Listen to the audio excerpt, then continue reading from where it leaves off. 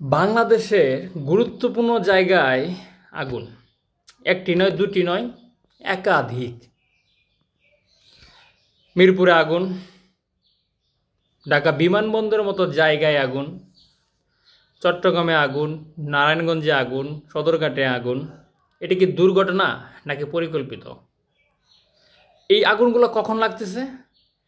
সেনাবাহিনী বিচারের রায় যত দ্রুত আসতেছে, শেখ হাসিনার বিচারের রায় যত দ্রুত আসতেছে, জেটেন-সি যত কিনতেছে, যুদ্ধ বিমান কিনতেছে, যখন লালমনিরহাট বিমানবন্দর চালু করতেছে, সক্রিয় করতেছে, অ্যাটাক হেলিকপ্টার কিনতেছে, তার পরিপ্রেক্ষিতে এগুলো আগুন না, ষড়যন্ত্র। কারা করে এগুলা? সিম্পল, যাদের এগুলো বাংলাদেশের উন্নতি ভালো লাগে না, তারাই বাংলাদেশের শত্রু। আপনি ঠিকই ধরছেন। ইন্ডিয়া এবং ইন্ডিয়া বৌদিগো, যেটা এতদিন বাংলাদেশে ছিল, তাদের ষড়যন্ত্রের শিকার হচ্ছে বাংলাদেশ। কারণ তাদের এখান থেকে তো ট্রান্সশিপমেন্ট আমাদের লাগবে না, তাদের এখান থেকে তো প্রোডাক্ট আমরা এখন আমদানি করি না, রপ্তানিও করি না, আমাদের নিজ দেশ থেকে করতেছি, কার্গো শিপমেন্ট চালু করছি। এমন এমন জায়গায় আগুন লাগাচ্ছে যেগুলো বাংলাদেশের অর্থনীতির সাথে জড়িত।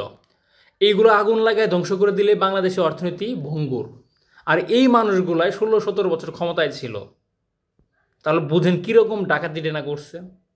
আসলে আপনারা জানি না কি মনে করতেছেন, আরও বেশ কিছু স্থাপনায় আপনারা নিশ্চিত থাকেন, আমি বলে রাখলাম, ধারণা করা হচ্ছে যদি এই কুচক্রী মহলকে চূড়ান্ত শাস্তি না দেওয়া হয়, আরও অনেক জায়গায় এরকম অর্থনীতির মূল চালিকা শক্তি যেগুলো বাংলাদেশের, সেইগুলোতে আগুন লাগার সম্ভাবনা রয়েছে।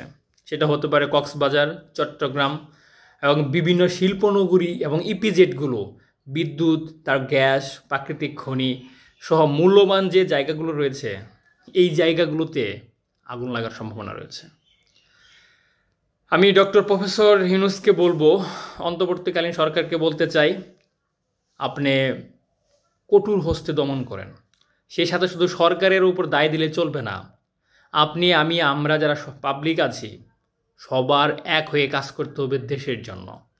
কে বিএনপি, কে জামাত, কে এনসিপি, কে লাঙ্গল, এগুলো দেখার কোনো সময় নাই। যারা দেশের ক্ষতি করতে চায়, দেশের ক্ষতি করে ধ্বংস করে অর্থনীতিকে একদম বিলীন করে দিতে চায়, তারা দেশের শত্রু। তাদের রাজনীতি করার অধিকার এই দেশে নাই। তারা এখন হয় আপনার বিএনপি বেশে, জামাত বেশে, শিবির বেশে আসতে পারে, তাদের স্থান দেওয়া যাবে না। একটি কথা খেয়াল করতে হবে, সবার আগে দেশ, এটাই মোদের বাংলাদেশ। এই উন্নতিগুলো ধ্বংসের জন্য অনেকে আনন্দে মাতোয়ারা হয়েছে। আপনি কল্পনা করেছেন ঢাকা বিমানবন্দরের মতো একটা সিকিউর জায়গায় আগুন লাগে কিভাবে? এটা ষড়যন্ত্র নয়, অবশ্যই ষড়যন্ত্র। কোটি কোটি টাকা, বিলিয়ন বিলিয়ন টাকার ক্ষতি। বাংলাদেশের আগুনে শুধু ঢাকা বিমানবন্দরে যে টাকার ক্ষতি হয়েছে, এটা কিছু কিছু দেশের মোট জিডিপির চেয়েও বেশি। যাই হোক, সুপ্রিয় দর্শক, এবং আপনাদেরকে উদ্দেশ্য করে বলছি এবং আপনাদের মতামত রাখার জন্য প্রত্যয় ব্যক্ত করছি যে এটা কি সত্যি দুর্ঘটনা নাকি আসলে কোনো ষড়যন্ত্র, কমেন্টে জানিয়ে যাবেন। এবং আমি একজন ক্ষুদ্র সাধারণ নাগরিক হিসেবে সঠিক তদন্ত করার আহ্বান জানাচ্ছি। ধন্যবাদ সবাইকে ভিডিওটি দেখার জন্য। আসসালামু আলাইকুম।